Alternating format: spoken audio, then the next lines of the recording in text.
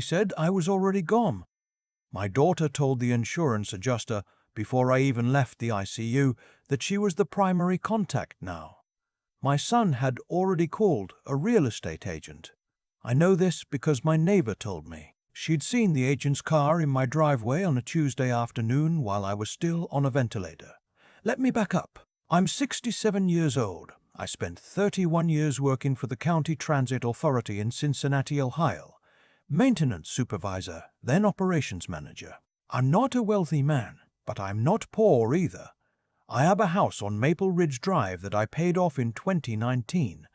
I have a retirement account, a life insurance policy, and a savings account that I built, dollar by dollar, over 4 decades. I drove a used Buick and ate lunch at the same diner every Thursday. I didn't believe in waste. My wife, Loretta, passed in 2018 from pancreatic cancer. 3 months from diagnosis to funeral. She was everything good in our house, and when she left, something in me got very quiet. But I kept going. You keep going because that's what you do. My son, Darnell, is 41. My daughter, Keisha, is 38. After Loretta died, I thought we'd pull closer together. That's what grief is supposed to do, bind people. And for a while, it seemed like it might. Darnell came around more. Keisha called on Sundays. I believed in them the way you believe in people you raised from nothing. Then the money started. It didn't feel like asking at first. Darnell mentioned he was behind on his truck payments. I helped. Keisha's daycare costs were impossible, she said, and her ex wasn't paying support. I helped. Then the truck needed repairs. Then the lease on Keisha's apartment went up. Then Darnell's girlfriend had a medical bill. Then Keisha wanted to go back to school and needed a laptop and books. I helped every time. I told myself this was what fathers do. Loretta would have done the same. I kept a mental tally, not to hold it over them. Just because I'm the kind of man who tracks things. By the spring before my accident, I had given each of them, separately, somewhere between $60,000 and $70,000 over 5 years. Combined, that's more than $130,000. That's the kind of number that should have stopped me cold. Instead, I told myself they just needed more time to get on their feet. My neighbor Ruth, she's been next door for 22 years, brought me soup when Loretta was sick. She tried to tell me, gently, the way you do when you don't want to hurt someone. She said she'd noticed a pattern, that Darnell only called when something needed fixing, that Keisha always seemed to find a reason to stop by, right around the time my retirement deposits hit. I thanked her and changed the subject. I wasn't ready to hear it. The accident happened on a Wednesday evening in late October. I was coming back from a hardware store on Route 32.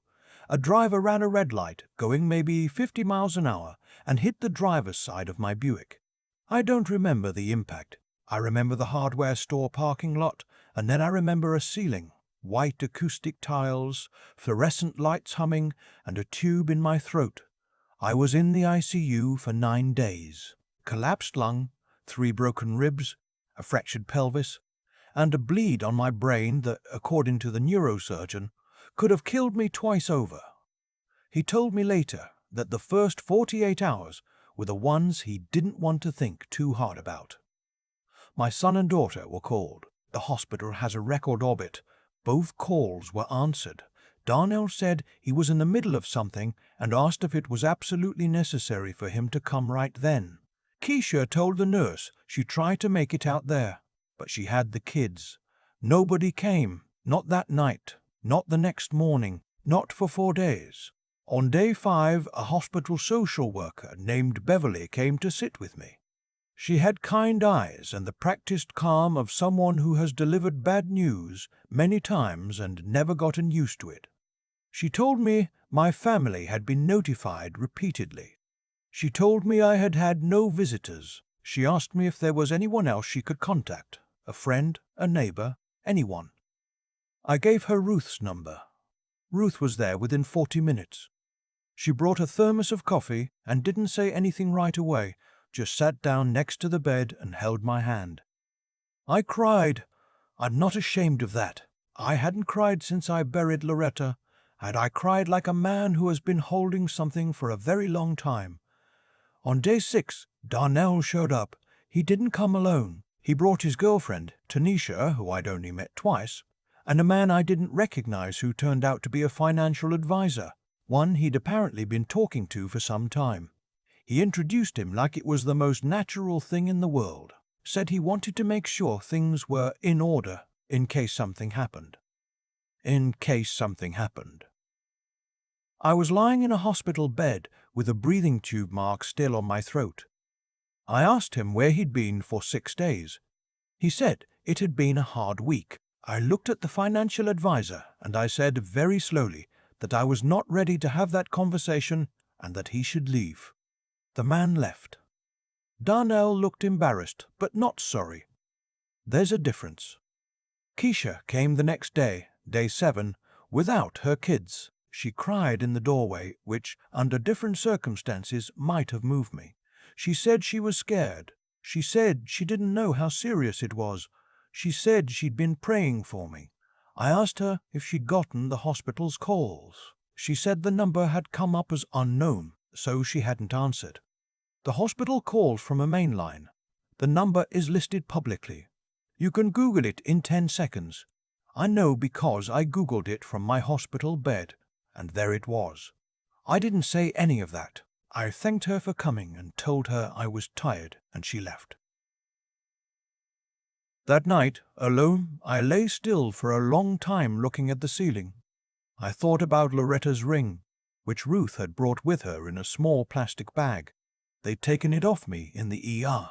It was sitting on the bedside table in that bag, and I reached for it and held it in my palm, just feeling the weight of it. Loretta used to say I was stubborn as a Ritherstone.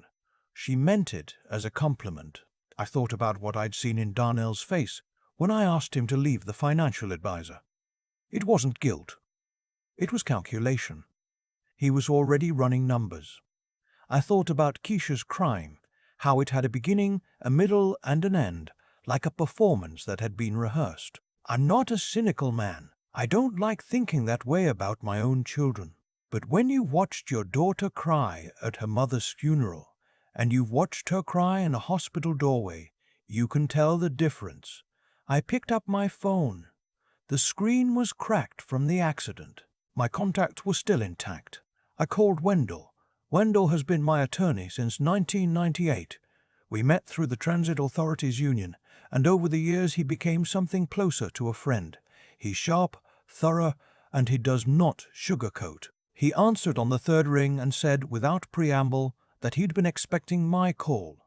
I asked him what he knew. He said he'd gotten a call from a colleague of his, someone in estate planning, asking about the general process for contesting a will in Hamilton County. The call had come from a phone number registered to Darnell. I closed my eyes. Wendell asked me what I wanted to do. I told him I wanted to do everything, start to finish.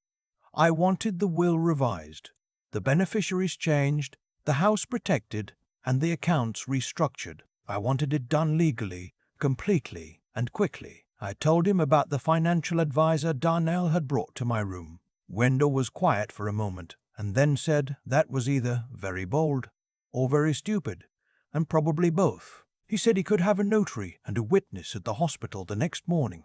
I told him to make it 8 o'clock. That night I slept better than I had in years. Not well. My ribs made sure of that, but something in my chest had settled. Something that had been loose and anxious had gone still. Wendell was there at 8 with a notary and his associate. We spent 2 hours going through everything. The will, the beneficiaries on the retirement account and the life insurance, the transfer on death designation for the house. Every document Wendell could legally revise or replace, we revised or replaced. Loretta's ring I designated for Ruth's granddaughter, a girl named Cora, who used to bring me tomatoes from Ruth's garden in the summer. The rest, the house, the accounts, the insurance, I directed toward a list of organizations that Loretta and I had quietly supported for years. A food pantry near our old church, a scholarship fund at the high school where she used to volunteer, a transitional housing non-profit that helped women leaving difficult situations. There was nothing left to contest. When Wendell left, I sat back and looked at the pale morning light coming through the hospital blinds. A nurse came in to check my vitals. A young man named Trey, who had been consistently kind throughout my stay, and he noticed something in my face and asked if I was all right. I told him I'd just finished some paperwork. He said I looked like a man who'd won an argument. I told him something like that. Darnell called 3 days before I was discharged. His voice had shifted, less smooth, more tight. He said he'd been thinking about our last conversation and wanted to clear the air. He said Tynesha thought he should apologize, which is a particular kind of apology that's really just someone else's idea, wearing your voice. He asked about when I'd be getting home and whether I needed any help around the house. I told him I had help. He asked who. I said Ruth and a few others from the neighborhood, which was true. 2 people from my old work crew had already called. My pastor had arranged for meals to be delivered the first week. Darnell paused. Then he said he was family, and he thought he should be the one handling things. I said very carefully that family was something you demonstrated over time, not something you claimed when it was convenient. He got louder after that. Said I was being cold. Said he'd made mistakes, but I was his father. Said there were things I didn't understand about the pressure he'd been under. I let him finish. Then I said I loved him, because I do. That part is real. It doesn't just switch off, but that love didn't mean I was going to keep pretending. I told him that things had changed and that the specifics would become clear in time. He asked what I meant by that. I said he'd find out. I hung up, and for a moment the room felt very quiet. Not empty, just quiet in the way that comes after something long overdue is finally being said. Keisha called the following day. Her approach was different, softer, slower, the voice she uses when she wants something. She asked about my health, asked about the physical therapy schedule, asked if I needed anything brought to the house. Then, in the middle of that, almost as an aside, she mentioned that she'd been talking to a mortgage broker about using some of her equity she didn't have, because she rented, and that she'd thought maybe we could talk about her getting onto the deed of the house. Just to help simplify things. I've spent 40 years working in operations management. I know what simplify means. It means someone wants access to something and is trying to make the request sound like it benefits you. I told her the house wasn't going to be part of any conversation like that. She went quiet. Then she said she didn't understand why I was shutting her out. She said she'd been there for me. I didn't correct her. There wasn't any point. After she hung up, I called Ruth and told her I was ready to go home. She picked me up from the hospital on a Friday morning, late November, the sky the flat gray of a Midwest winter settling in. She'd put a casserole in my fridge and a new deadbolt on my front door. I hadn't asked her to do either of those things. She'd just done them. I walked into the house slowly. The physical therapist had given me a walker that I was determined to stop using within 2 weeks, and stood in the front hallway for a moment. Same floors, same coat rack, same photograph of Loretta and me at Niagara Falls in 1994. Everything the same, and yet something was different. I was different. I sat down in my chair in the living room and just breathed. Wendell had sent a copy of the revised will and all updated beneficiary documents to a safe deposit box I'd opened at a different bank than my main account. He had a copy. Ruth had a copy sealed in an envelope she kept in her fireproof safe, which she told me about in the parking lot of the hospital with the practicality of a woman who was prepared for real things. Darnell and Keisha did not have copies. They didn't know what was in any of the documents. They didn't know the accounts had been restructured. They would find out eventually, the way people find out about these things, at the moment when it's too late to do anything about it. I'm not a cruel man. I want to say that clearly, the way you'd say it to someone who might not believe you. I didn't do any of this out of spite. I did it because I finally understood something that I should have understood years earlier. You cannot love someone into being responsible for you. You cannot give people enough to make them feel like they owe you something. The transaction doesn't work that way. Some people will take what you give them and feel, somehow, that it's still not enough and that the deficit is your fault. I'd spent years trying to earn my own children's loyalty. That's a strange thing to type, but it's true. Every check, every bailout, every quiet rescue, I was trying to buy back something that should have been freely given. It doesn't work. It never works. You just end up broker and more tired.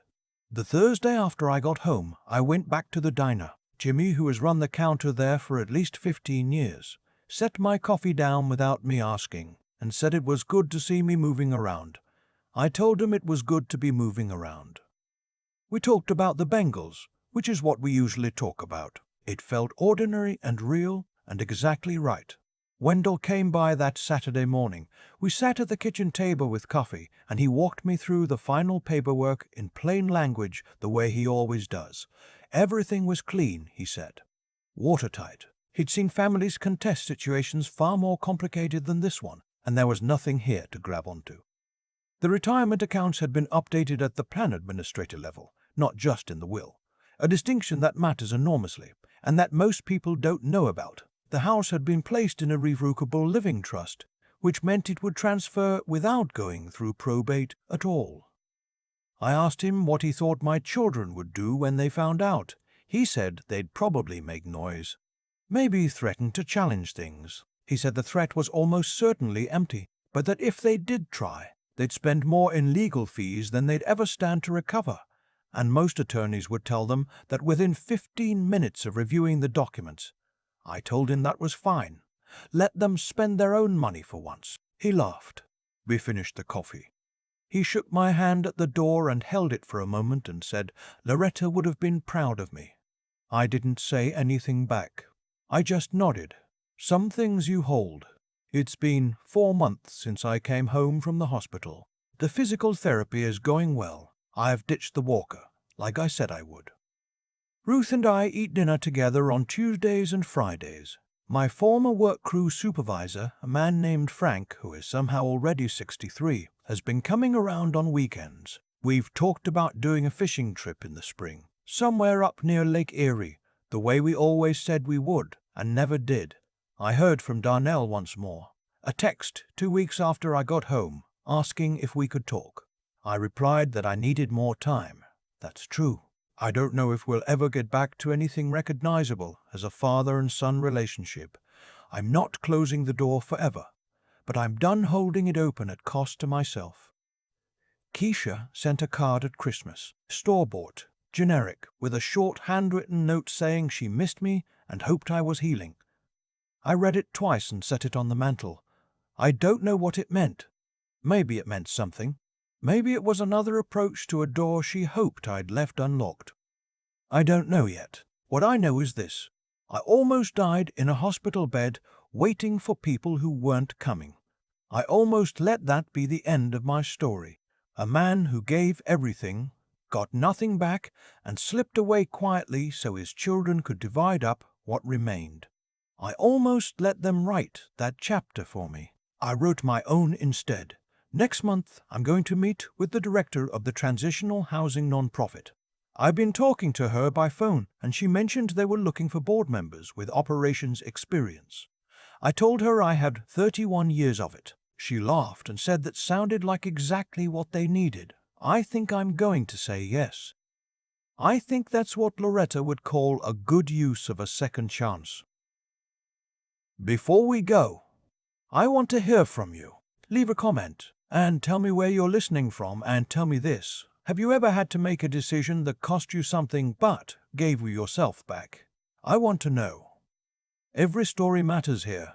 This is Voices of Uncle Samuel. Don't forget to subscribe and share this with someone who needs to hear it. I've been thinking about cause and effect a lot lately. Not in any grand philosophical way, just the plain practical kind. The kind where you trace a line backward from where you ended up, and you can see, if you're honest, exactly how you got there. Darnell didn't become the man who walked into my ICU room with a financial advisor overnight. That was years in the making, and some of those years were on me. Every time I wrote a check without asking hard questions, I was teaching him something. I was teaching him that there were no real consequences, that the floor would always hold, that I would always be there to catch whatever he dropped. I thought I was being a good father. I was being a comfortable one. Those aren't the same thing. Keisha learned the same lesson a different way. She learned that a soft voice and the right timing could open almost any door. She wasn't wrong about that. It had worked for years. The problem was that she'd confused my willingness to help with an obligation to keep helping. She'd started to believe that the money was hers in some moral sense, that she was just waiting for the paperwork to catch up. That's what happens when you give without limits. You don't build gratitude. You build expectation. I'm not angry about it anymore. I was for a while, lying in that hospital bed, running the numbers in my head. $130,000, 9 days before anyone showed up. A real estate agent in my driveway while I was on a ventilator. There was real anger there. But anger has a short shelf life when you're also trying to heal 3 broken ribs, and at some point I had to decide what I was going to do with the energy I had left. I chose to use it on what remained rather than on what was gone. What remained was the house, the accounts, the organizations Loretta and I had quietly believed in for years, the food pantry near our old church that never had enough volunteers on Tuesdays, the scholarship fund at her high school, Ruth next door with her thermos of coffee and her no-nonsense kindness, Wendell, who picked up on the 3rd ring and already knew why I was calling. What remained was me. That's the part that's easy to lose sight of when people betray you, yourself. You get so focused on what they did, what they took, what they were planning, that you forget you're still standing. I was still standing, shaky, bruised, with a walker. I was determined to throw in the garage within 2 weeks, but standing. Resilience isn't a feeling. I want to be clear about that because I think people confuse it with optimism. And I am not an optimist by nature. Resilience is a decision you make when you're not sure you have the strength to make it. It's choosing the next right action when you don't know yet if it'll work. Wendell at 8 in the morning. The notary with her stamp and her quiet professionalism. The revised documents in a safe deposit box at a bank my children didn't know about. One thing, and then the next thing, and then the thing after that. That's what intelligence actually looks like in a hard moment. Not cleverness, not outsmarting anyone, just the discipline to think clearly when everything in you wants to shut down. Darnell and Keisha made their choices. Those choices had consequences. They didn't anticipate because they'd never had to anticipate consequences before. That's not justice in any cosmic sense. It's just arithmetic. What you practice, you get better at. They practiced taking and assuming. I practiced building and protecting. Eventually, those 2 practices arrived at the same moment, and the outcome was determined long before that morning in the hospital. I don't know what comes next with my son and my daughter. I genuinely don't. The door isn't locked, but I'm done holding it open at a cost to myself, and I hope that in some quiet part of them they understand why. What I know is that I'm here. I'm going to Lake Erie in the spring with Frank. I'm going to sit on the board of that nonprofit and put 31 years of operations experience to use. I'm going to have dinner with Ruth on Tuesdays and Fridays and let the ordinary decent rhythm of that be enough. Loretta's ring is on my bedside table. I look at it every morning. That's enough. That's more than enough.